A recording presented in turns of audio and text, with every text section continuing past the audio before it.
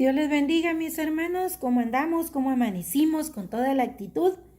A ver, ya estamos poniendo en práctica los principios bíblicos que Pablo nos dejó para andar como hijos de luz. Espero que sí, que ya los estén poniendo en práctica, porque de nada sirve que aprendamos mucho de la palabra de Dios si no la ponemos por obra. Por eso cuando una persona no tiene el Espíritu Santo, por mucho que sepa, puede saber mucho de la palabra de Dios, pero ¿por qué decimos, ni parece cristiano? Decimos a veces, ¿verdad? Ni parece cristiano o cristiana. ¿Por qué? Porque no está reflejando el amor de Dios en su vida. Pero aunque sepan mucho, y hay personas que casi no saben nada de la palabra de Dios, muchas veces porque no saben leer, porque nadie les ha enseñado, pero demuestran, dan un gran testimonio de lo que Dios hace en sus vidas. ¿Por qué?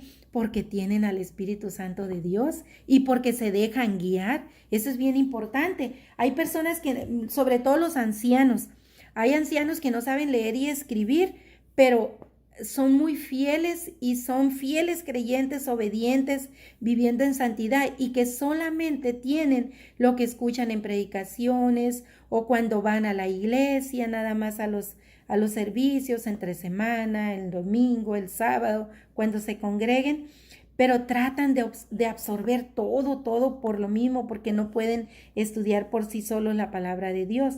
Pero hay otras personas que tienen cursos, congresos, han ido a todos lados, han ido a seminarios, han estudiado tanto la palabra de Dios, pero sus vidas no reflejan eso. Entonces, mis hermanos, son 4 principios y llevamos 3. Este es el último. Esta semana la clase fue un poquito más extensa, de 4 días, porque esta lección es un poco más extensa, pero es hermosa porque nos ha enseñado a cómo vivir para agradar a Dios, cómo vivir como verdaderos creyentes, que no nomás es ir a la iglesia y decir creo en Dios y Cristo me ama y yo le amo. No, es una gran responsabilidad, y no para ser salvos, no, eso es aparte. Esto es para vivir en santidad, porque dice Hebreos que sin santidad nadie verá a Dios, nadie le verá. Y por eso dice que a los que conoció y le conocieron, no nomás a los que conoció, a los que conoció y le conocieron, a eso salvó. Y acuérdense que nosotros estamos en la segunda etapa de la salvación. El principio de la salvación es la conversión. La segunda etapa es la santidad. Y la tercera etapa de la salvación es la culminación, la glorificación. Pero la glorificación esa es hasta que estemos con el Señor, ya sea que Él venga o nosotros nos hayamos muerto y hayamos ido a su presencia. Entonces, pero no se pierde, la salvación no la va a perder. Lo que usted va a perder es la bendición. Si usted no camina en santidad, tal vez aquí se quede y tenga que pasar por muchas pruebas. Tal vez su vida sea una vida llena de tribulaciones, llena de pruebas, por no vivir en santidad. Pero eso no significa que la perdió. El hijo pródigo no dejó de ser hijo, ¿verdad? Se fue, no quiso tener la bendición de Dios, no la apreció, no la valoró, y se fue al mundo. Y cuando estaba ya en lo más bajo con los cerdos, reaccionó que tenía un padre de amor, bondadoso, misericordioso, y regresó al Padre. ¿Pero cómo regresó? ¿Como hijo con todos los derechos? No, humildemente. Él dijo, él no se consideró regresar como hijo, él se consideró regresar como el siervo y trabajar en la finca de su padre para por lo menos tener techo y comida. Se humilló en su corazón, fue humilde para regresar al Padre, pero el Padre, que es grande en misericordia, le recibió con los brazos abiertos. El apóstol Juan nos dice en su primera carta lo mismo, que si nosotros le hubiésemos fallado a Dios, Él tiene misericordia y nos recibe. ¿Cuándo? Cuando nos humillamos ante Él y regresamos. Entonces, mi hermano, pero si Dios le ha dejado la palabra, el manual de vida, su santa palabra, para que usted viva en santidad y no tenga que pasar como el hijo pródigo por tanta tribulación. no tenga que caer en la inmundicia entre los cerdos, estar allá para poder volver al Padre. Usted puede ir todos los días al Padre en oración y en la lectura de su palabra. Entonces, mis hermanos, hay que vivir, dice, es el último principio, dando gracias siempre y por todo. Y eso usted lo encuentra en Efesios 5, versículo 20, y se los voy a leer. Dando siempre gracias por todo al Dios y Padre, en el nombre de nuestro Señor Jesucristo. Un versículo corto, pero esencial. Así debemos de vivir. No vivir amargados, ni enojados, ni resentidos por lo que no tenemos, sino agradecidos por lo que sí tenemos. Así sea poquito, mínimo, lo que tengamos, vivamos agradecidos por lo que ya Dios nos ha dado. Y lo demás vendrá por añadidura. La palabra de Dios lo dice y no miente. Normalmente dice expresiones como siempre y por todo, como en el versículo que acabamos de leer, son demasiado amplias y abarcan tanto que es necesario usarlas con sumo cuidado, con pincitas. Pero aquí son usadas en la palabra de Dios, por lo tanto no podemos ni debemos dejarlas de lado. Entonces es posible dar siempre y por todo gracias a Dios en el nombre de Jesucristo. No solo es posible, sino que además es nuestra responsabilidad como creyentes. Es necesario y justo dar gracias a Dios siempre y por todo, aunque las cosas a nuestra vista no sean agradables. Aún en las pruebas debemos de dar gracias a Dios, porque dice Romanos 8:28 que todas las cosas a los hijos de Dios les suceden para bien, pero hay una condición. Vamos a verla. Dice Romanos 8:28. Y sabemos que a los que aman a Dios, todas las cosas les ayudan a bien. Hasta ahí es muy bonito, ¿verdad?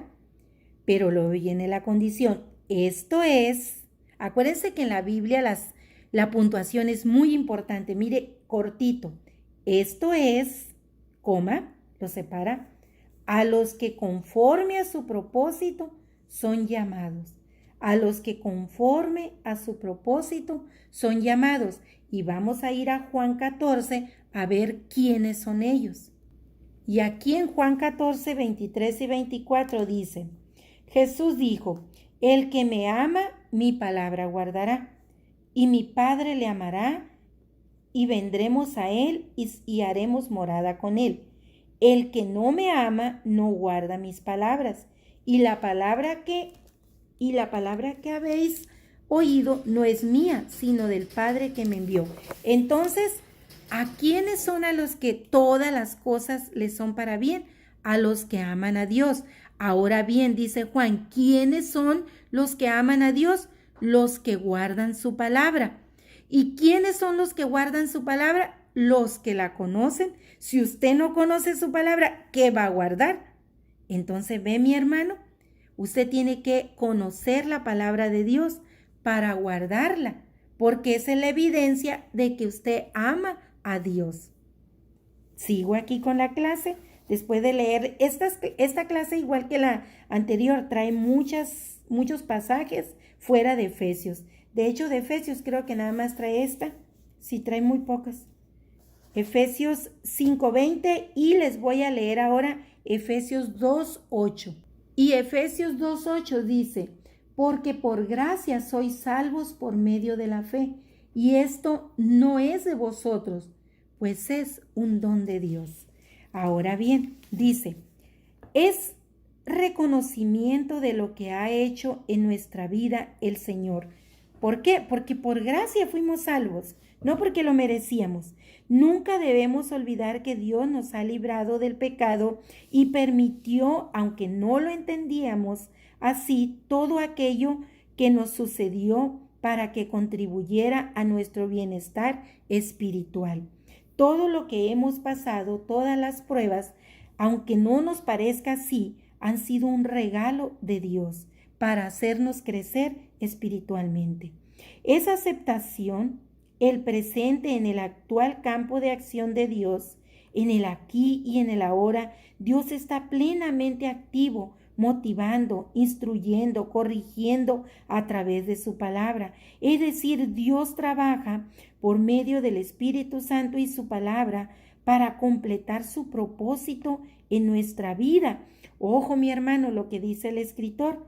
O sea, Él a través del Espíritu Santo y su palabra, Dios dice que nos motiva, nos instruye, nos corrige y trabaja intensamente para completar su obra. Entonces, mis hermanos, es bien importante discipularnos. Ahora bien, dice, es fe y esperanza lo que nos mueve. Agradecer por el futuro significa aceptar que Dios ya está allí esperando, que está trabajando para que cuando nosotros lleguemos ahí, todas y cada una de sus promesas se hagan realidad. En otras palabras, esto significa crecer espiritualmente, creer que todo lo que viene de Dios, no importa su presente apariencia, es bueno y es para traer paz a nuestra vida. También significa creer que Dios, aunque raramente se adelanta, nunca llega tarde. Y vamos a leer 2 de Pedro 3:9, que yo creo que ya lo conocen, ¿verdad? Ese versículo, además se los he dicho muchas veces. Creo que les dije primera, es 2 de Pedro, perdón. 2 de Pedro 3:9 es un versículo muy conocido y dice: el Señor no retarda su promesa según algunos tienen por tardanza, sino que es paciente para con nosotros, no queriendo que ninguno perezca, sino que todos procedan al arrepentimiento. Entonces ahí está. El Señor no retarda su promesa por tardanza. No es que se esté tardando, por eso no viene, sino porque nos está dando la oportunidad de santificarnos. ¿Qué nos santifica? El Espíritu Santo a través de la palabra de Dios. Eso es lo que nos santifica.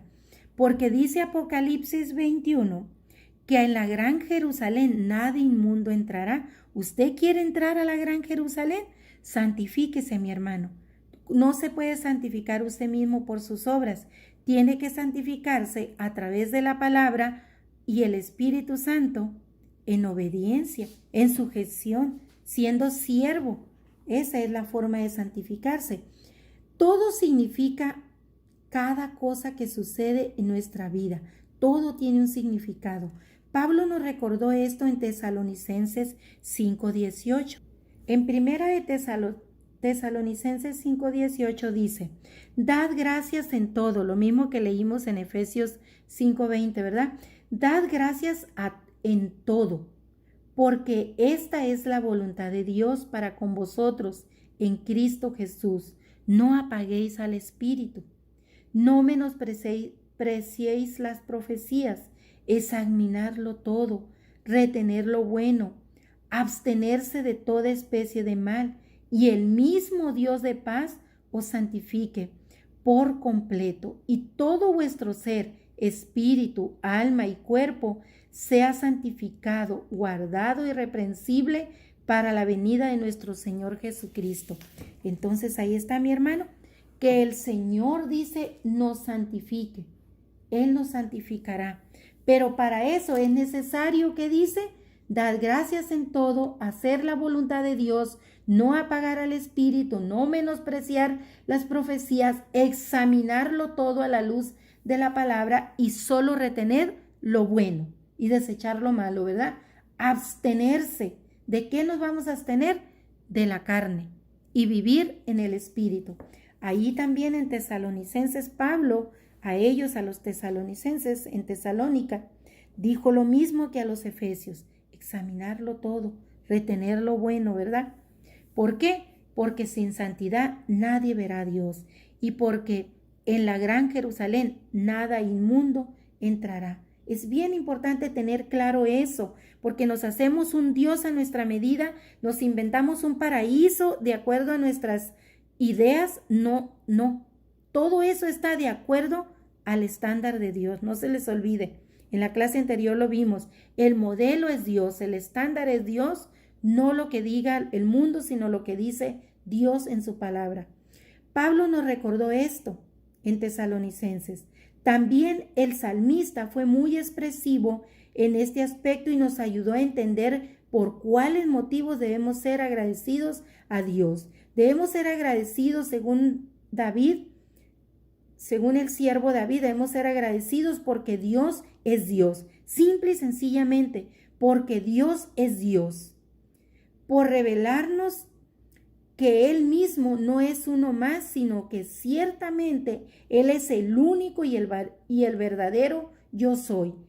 En el Salmo 136 nos recuerda que sus obras dan poderoso testimonio de su grandeza y su poder. También debemos de ser agradecidos, dice David, por la creación, porque Él lo creó todo. Todo es obra de sus poderosas manos.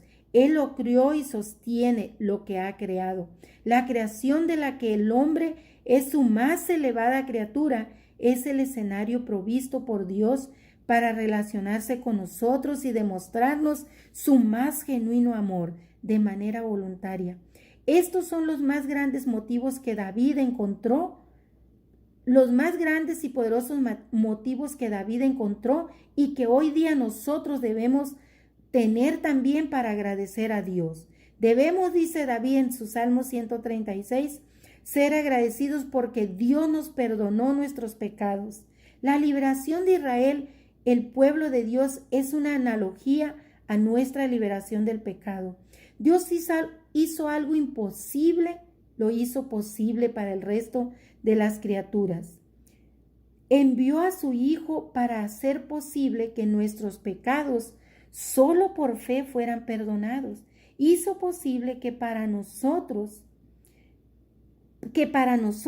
aquello que era imposible fuera posible. Y vamos a ir a Romanos 5 a leer un pasaje sobre esto. Y dice Romanos 5 del 6 al 8, dice: porque Cristo, cuando aún éramos débiles, a su tiempo murió por los impíos. Ciertamente, apenas morirá alguno por un justo, con todo pudiera ser que alguno osara morir por el bueno. Mas Dios muestra su amor para con nosotros, en que siendo aún pecadores, Cristo murió por nosotros, pues mucho más, estando ya justificados en su sangre, por Él seremos salvos de la ira en el día malo. Entonces, mis hermanos, ahí está la promesa, que el Señor murió por nosotros para hacernos salvos de la ira del Señor. Para eso murió, para que nuestro Padre Celestial no descargara la ira sobre nosotros. Él va a descargar la ira sobre los hijos de pecado, los hijos de perdición, los hijos de Satanás. Pero cuando nosotros no éramos hijos de Dios, éramos eso también. Pero una vez sacados de esas tinieblas a la luz admirable, ahora somos hijos de Dios y por tanto estamos ya a salvo de la ira. Pero eso no significa que cuando le fallemos al Señor no nos va a disciplinar, ¿verdad? Como hijos, el Padre al hijo que ama le disciplina. Agradecidos, dice David, el rey David, debemos estar también, porque para siempre es su misericordia y la renueva cada mañana. Para siempre es una forma de agradecer por lo que Dios siempre hace por nosotros. Dice, Dios no solo hizo cosas colosales, sino que Él hará cosas aún mayores.